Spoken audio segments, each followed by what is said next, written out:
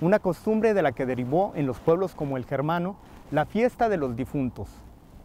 No es ninguna casualidad, por tanto, que el natalicio de los principales dioses solares, jóvenes de las culturas paganas precristianas como Osiris, Horus, Apolo, Mitra, Dionisios, Baco, llamado el Salvador, fuesen situados durante el solsticio de invierno, y es menos casual aún que el natalicio de Jesús se haya decretado en un 25 de diciembre, fecha en la que hasta finales del siglo IV de nuestra era se conmemoró el nacimiento del Sol Invictus en el Imperio Romano. Caldeos, egipcios, cananeos, persas, sirios, fenicios, griegos, romanos, hindúes y todos los pueblos con culturas desarrolladas, entre los que se incluyen los imperios orientales y las civilizaciones precolombinas, como los aztecas y su máxima deidad Huitzilopochtli, han celebrado durante el solsticio invernal el parto de la Reina de los Cielos y la llegada al mundo de su hijo, el joven dios solar. Aquí se hacía un ciclo anual, en primer lugar, diario. A la noche pensaba que Quetzalcóatl se metía en la tierra a luchar contra los jaguares de la noche y salía vivo al alba y saludaban. El que viene otra vez ya ganó. Y a cada 52 años había una lucha tremenda, se apagaban los fuegos. Aquí apagaban los fuegos hasta que ya se viera aparecer el alba otra vez y encendían los. Cuando Dios creó el mundo, el día comenzó al atardecer. Pero cuando el hombre se alejó de Dios, tuvo temor de la noche, tuvo temor de la oscuridad. Y es por eso que el sol fue acepto como el dios principal en el panteón de los dioses. Ahora, el segundo dios fue la luna. Esta es la razón, Elías, por la cual todos los templos antiguos daban o se abrían hacia el oriente, donde salía el sol, porque el sol era considerado el principal dios. Ahora, si nosotros no nos alejamos de Dios, si nosotros seguimos su camino, no tenemos que tener temor de la noche. Entonces no necesitamos adorar al sol, no necesitamos adorar a la luna. Pero esto no es todo. La celebración del 25 de diciembre se remonta a tiempos atrás. La historia dice que el primer rey de Nínive, Nínive significa la creación de Ninus, fue Nimrod, el bisnieto de Noé, y la Biblia señala que en Génesis 10:11 que fue el mismo Nimrod quien construyó dicha ciudad. Nimrod fue el primer mortal a quien su pueblo nombró Dios después de su muerte, y es el actual padre de todas las deidades paganas. Esta práctica de venerar a los gobernantes se popularizó posteriormente en Mesopotamia, de ahí pasó a Egipto, a toda Asia, Europa y posteriormente a América.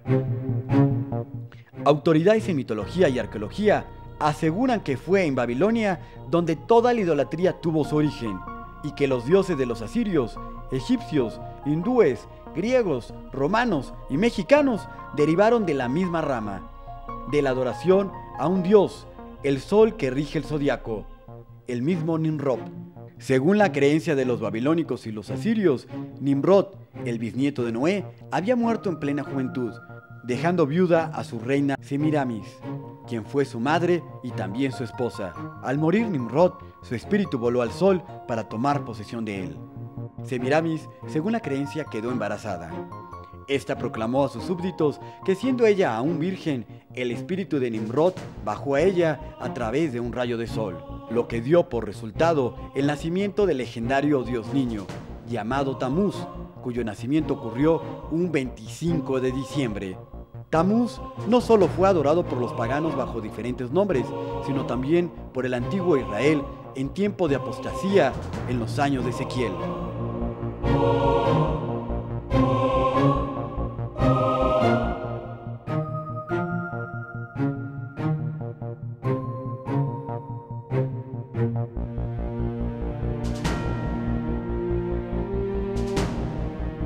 Para los primeros habitantes del mundo después del diluvio, Nimrod, el primer rey de Babel, su reina Semiramis y su hijo Tamuz, hijo del sol, constituyeron la primera trinidad pagana.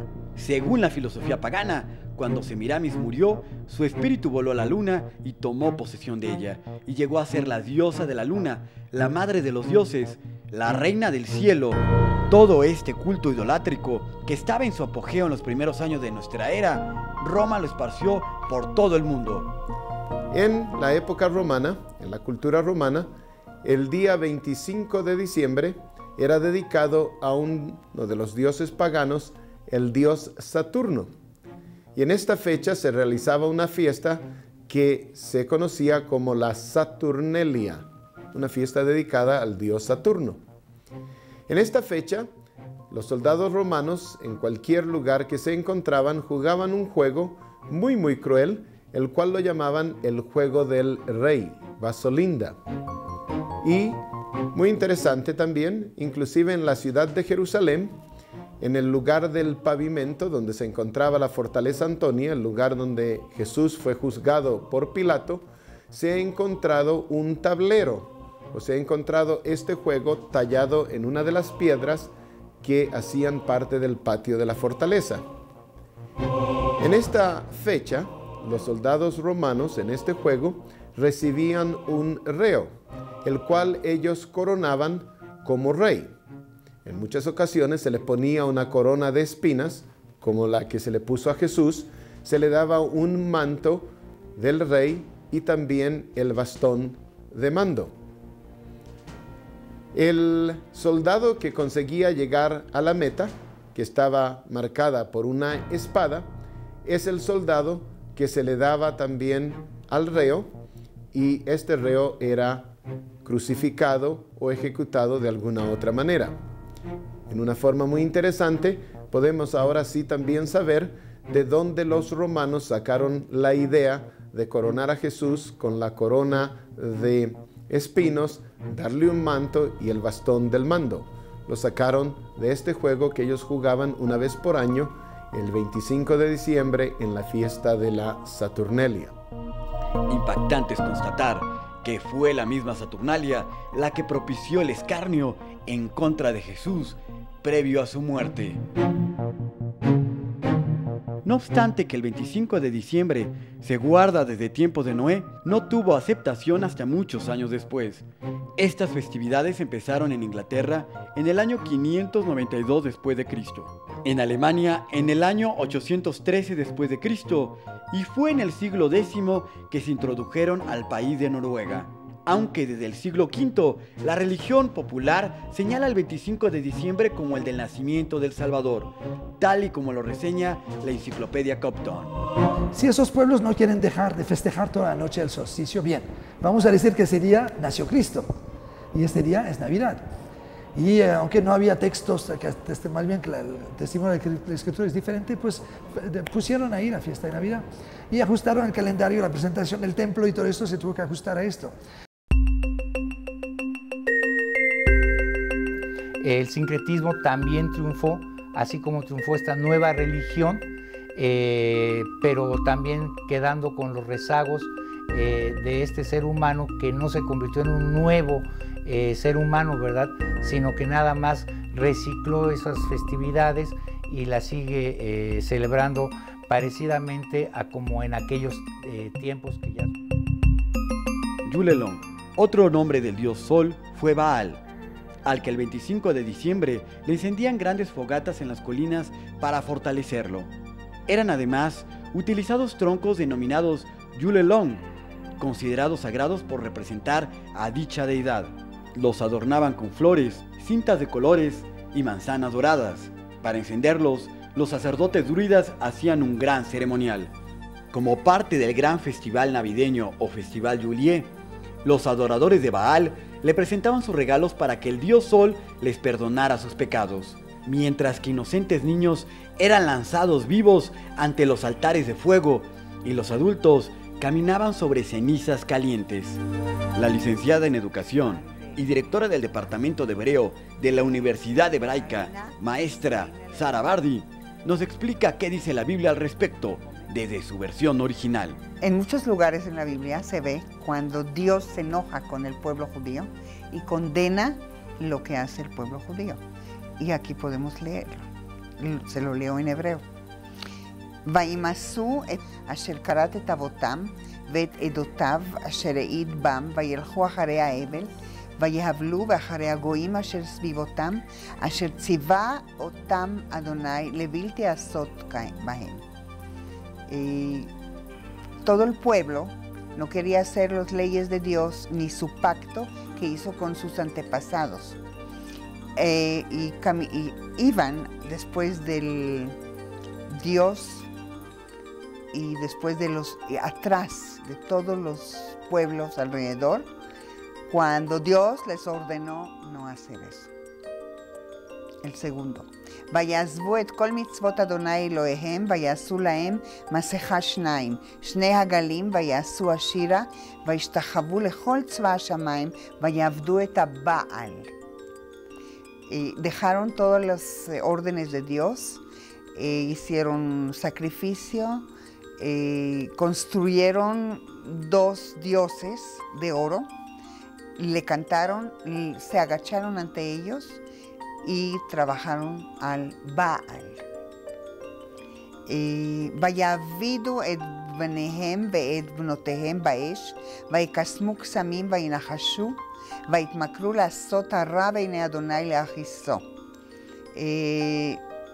Llevaron a sus hijos y a sus hijas y los quemaron en fuego. Y hicieron mal en los ojos de Dios para enojarlo.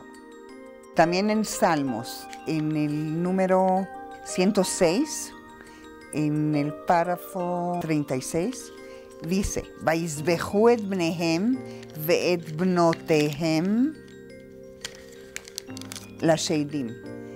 Dieron de sacrificio a sus hijos y a sus hijas a los diablos. וישפכו דם נקי, derramaron sangre limpio. דם בניהם ובנותיהם אשר זובחו לעצבי כנען. Sangre de sus hijos y de sus hijas que fueron sacrificio a los dioses de Canaán. ותחנף הארץ בדמים. Y todo el país, toda la tierra estaba con sangre. La Enciclopedia Americana dice, la corona navideña, el muérdago y el dulce del leño navideño son reliquias del paganismo precristiano.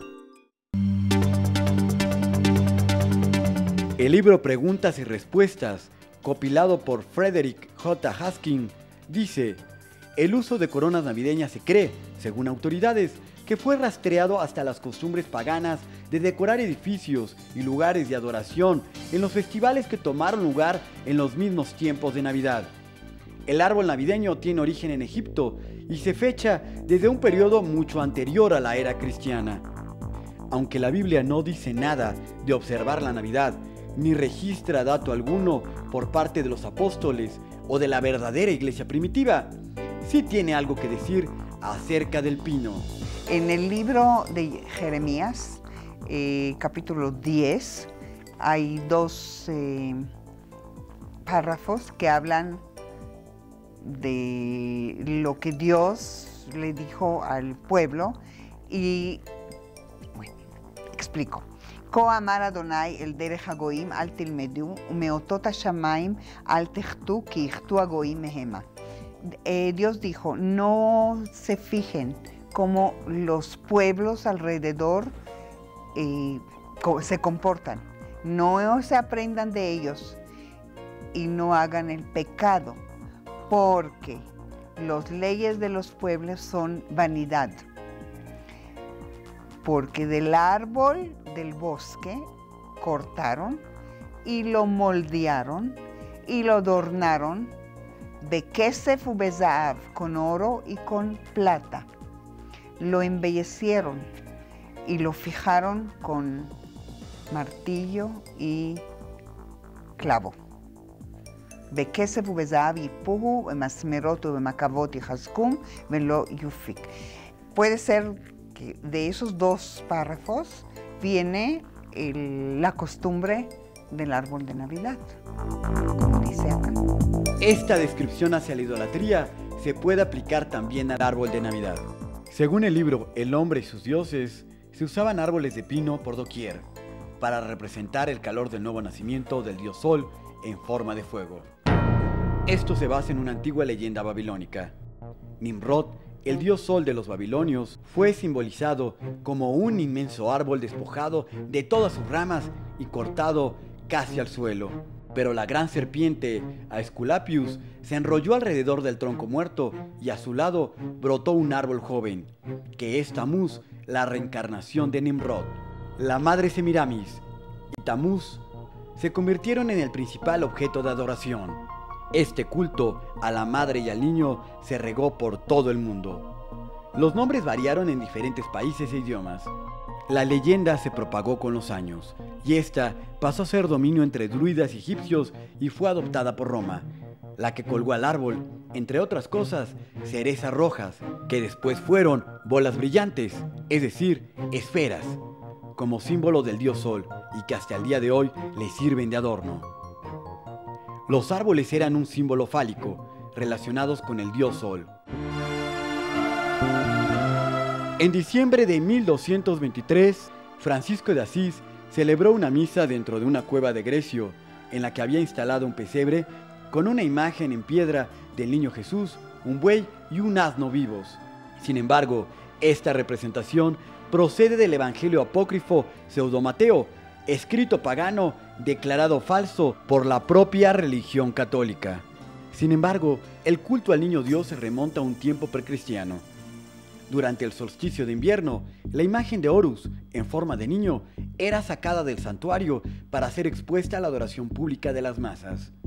Se representaba como un recién nacido, a menudo recostado en un pesebre, con cabellos dorados, que tenía un dedo en la boca y el disco solar sobre su cabeza, dios de la vegetación y de los muertos.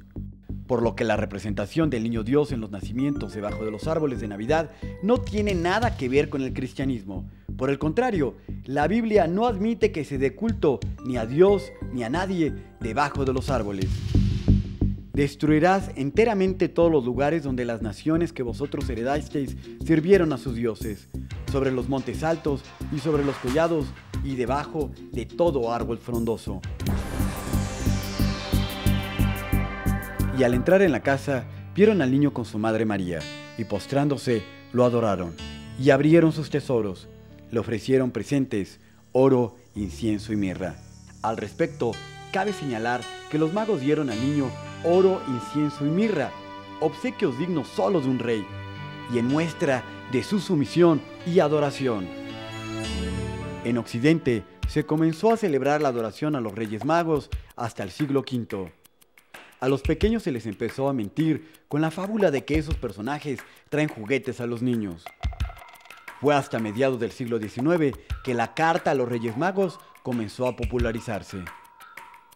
De igual forma, como ya se mencionó, la tradición de venerar a un niño Dios es de origen pagano babilónico, al cual se le pedían favores casualmente en la noche del 25 de diciembre, tal y como se hace hoy en día. Por supuesto, Santa Claus, ese personaje rechoncho y persuasivo que entra por la chimenea a dejar juguetes, también tiene otra historia. ¿Qué les pediste? A Santa Claus le pedí un Transformer y una pista de Lego. Pues es un señor gordito, muy simpático, que pues desgraciadamente los americanos nos